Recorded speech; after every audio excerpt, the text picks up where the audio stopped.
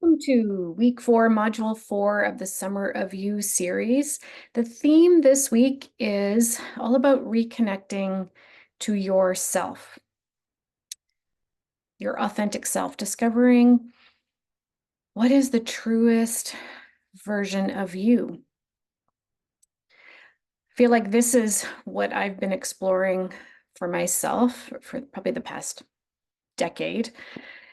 And certainly coaching and being introduced to coaching, being immersed in coaching and having so many amazing friends who are coaches has really given me the opportunity to explore this question in lots of different ways. And certainly the Dare to Lead curriculum has helped me unpack a lot of aspects of myself, understanding shame, how my shame stories show up and keep me small or keep me armoring up and self-protecting. So this module, this week's question of what does authentic you look like? What does being authentic look and feel like for you? It's a big question, in the middle of this series.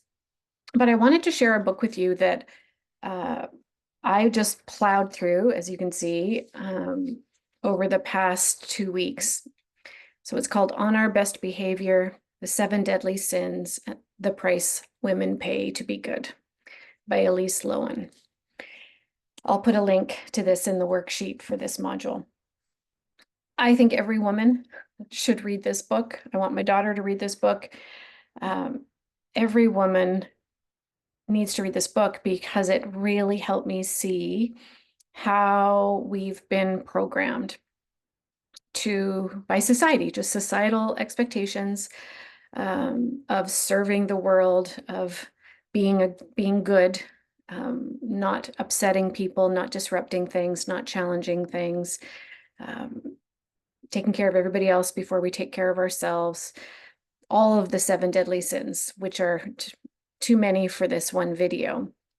But what it, at a high level, what it really showed me and helped me recognize within myself is so much programming, societal programming, that really creates so much dissonance for me, within me.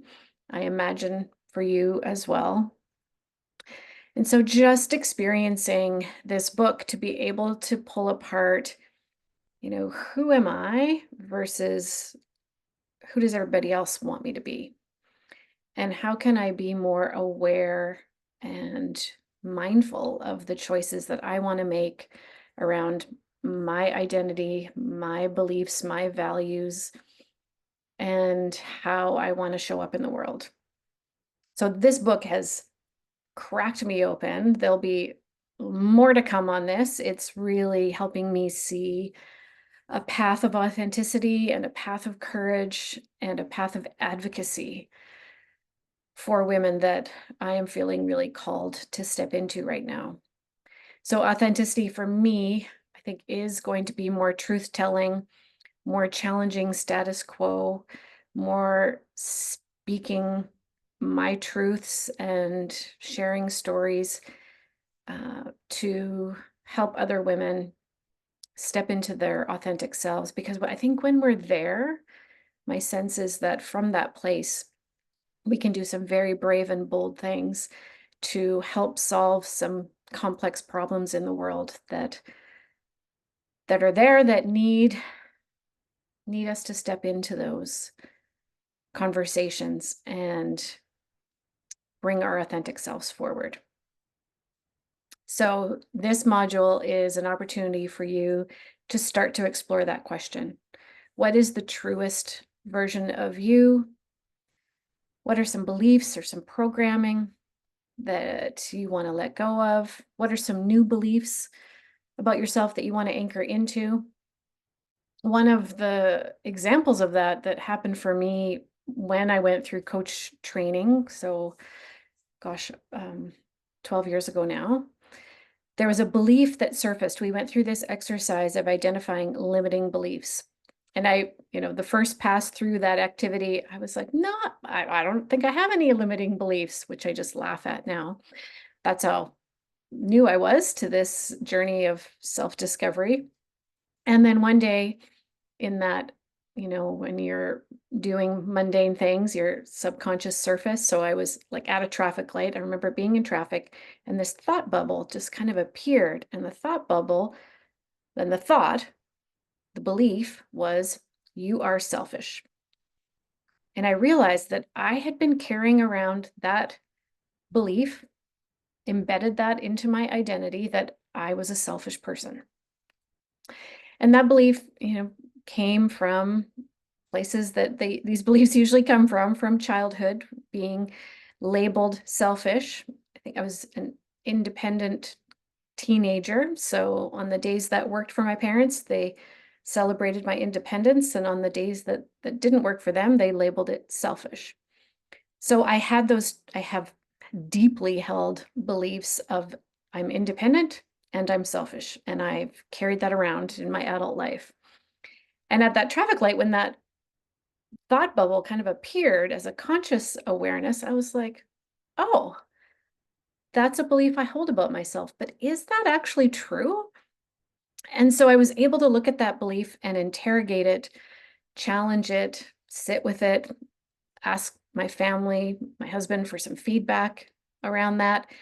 And it doesn't happen overnight, but over the weeks and months ahead, I was like, actually, I don't think I need to hold that belief about myself. I don't actually think that's my identity.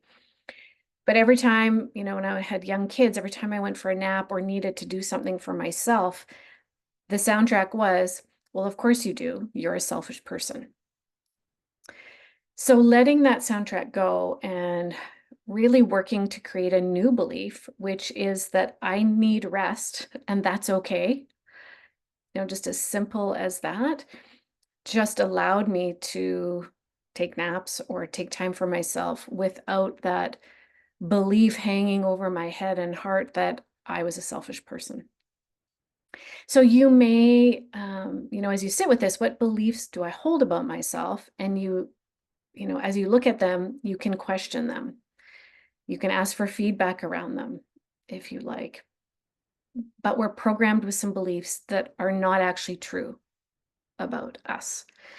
So I want you to get curious about the beliefs you hold, interrogate them, question them, and choose a new belief, a new identity that you can integrate into yourself and navigate the world from that place of your truth. That's my wish for you this week in the Summer of You series. Enjoy. Let me know what surfaces for you this week, and know that I'm here if you want to unpack that even further. Take care. We'll see you next week.